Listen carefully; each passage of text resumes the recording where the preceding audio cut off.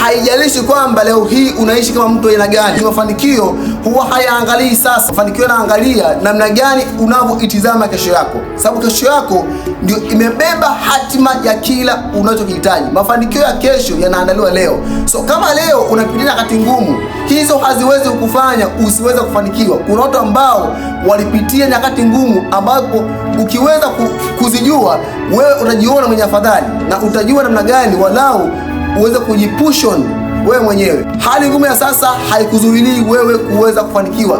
Mafanikio yanakuwa wewe unafikiria nini, kesho yako unaitazamaje, namna gani unapo think katika kuitengeneza ile hatima ya unachokihitaji. Hebu jaribu kujivutia picha ya nje ya ulivyo hivi sasa na ujione kama uko mahala fulani ambapo ni sehemu ya uhitaji wako. Kama ni aina ya gari ambayo unahitaji kuimiliki, hebu jaribu kujiona kana kwamba umeshaimiliki. Kama ni aina ya maisha fulani ambayo unahitaji, jaribu kuvuta picha, tengeneza mfumo picha ambao ni feki, lakini jaribu kuyaishi ile maisha, alafu then tafuta njia za kukufikisha kule unakokuhitaji wewe, kwa sababu hata aliyefanikiwa alikuwa kama wewe.